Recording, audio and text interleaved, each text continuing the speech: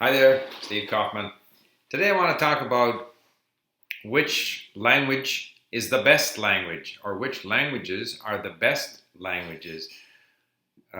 People often ask me, should I learn this language or that language?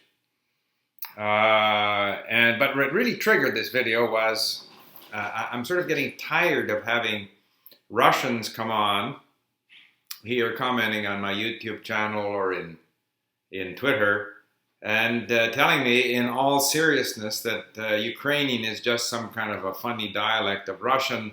When Russians hear Ukrainian, it sounds funny. Ukrainians can't really, these are actual quotes. Ukrainians, the language doesn't really exist. They can't really communicate with each other. In Ukrainian, they speak Russian to each other, and on and on.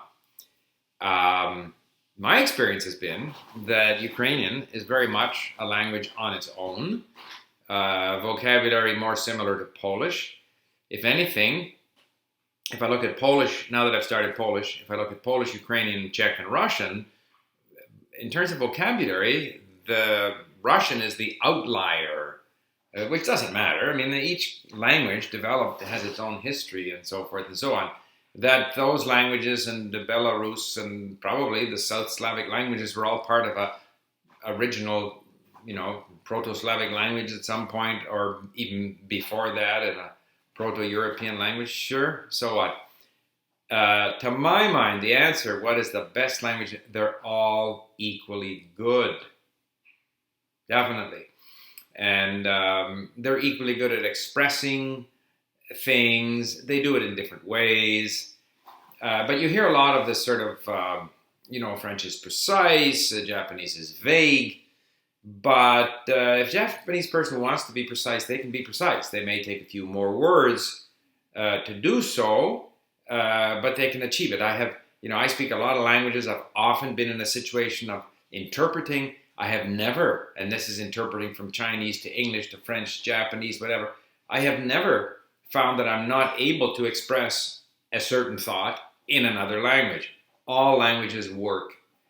And the number of speakers, again, I don't want to pick on the Russians, but I was telling some Russians that I was learning Czech.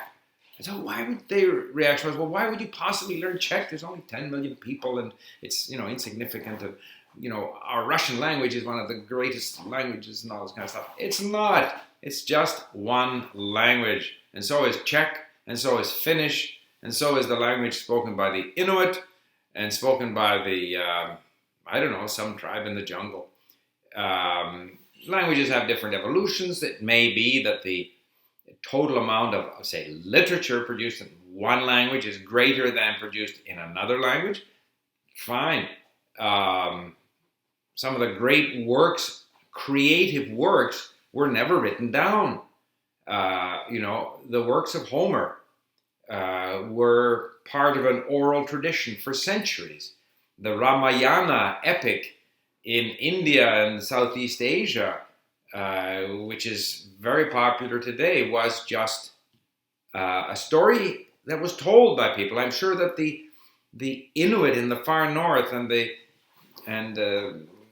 people wherever you find them who have oral traditions and haven't yet written things down will all have wonderful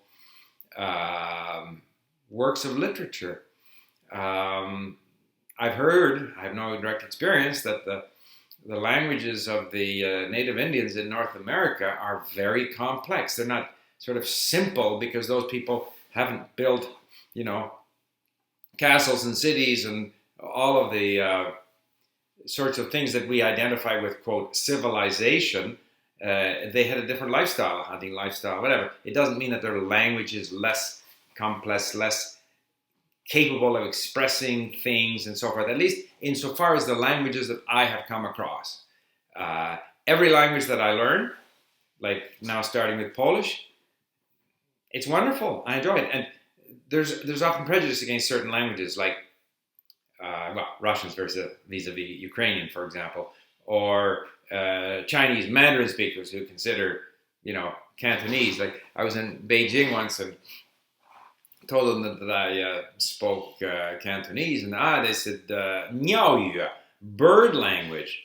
Niao because in Mandarin is yue yu is their term for Cantonese. They call it niao yu because to them the sounds sound so like birds chirping or whatever it might be.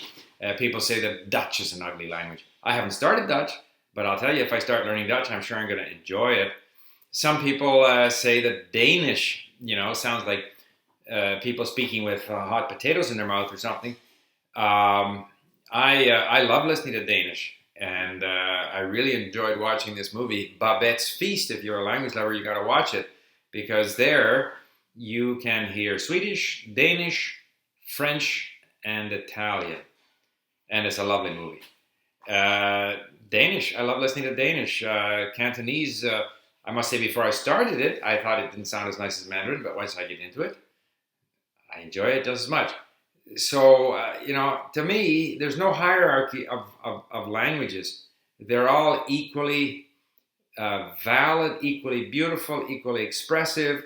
And the only thing that matters is which one are you motivated to learn? As I said about accents, which accent are you motivated to imitate?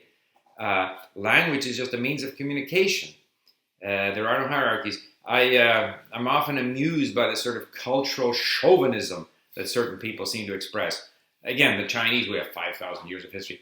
No Chinese person has ever told me what was that event 5,000 years ago from which they count their 5,000 years. There was no event. Nothing particularly important happened 5,000 years ago. It's just, we have 5,000 years of history. Okay, everybody has history. The Chinese evolved one way. I mean, we all have a common grandmother, apparently, some 60,000 years ago, and we all evolved our separate different ways. And I must say, I just find that any form of cultural chauvinism, linguistic chauvinism, rubs me the wrong way. I enjoyed learning Czech, 10 million people. If I were to go after Finnish, that's why I like Moses, McCormick. Like, he studies Georgian and Estonian and, I don't know, Hmong or some language from Southeast Asia. It's all part of that human experience that we can explore. And I don't see any purpose in trying to create hierarchies of better, worse, more important, less important, more beautiful, less beautiful, more expressive, less expressive. I haven't found that to be the case, at least with the 15 or 16 languages that I have either learned or tried to learn. So that's my take on the best language in the world. The best language to study is the one you're most motivated to learn. Thank you for listening.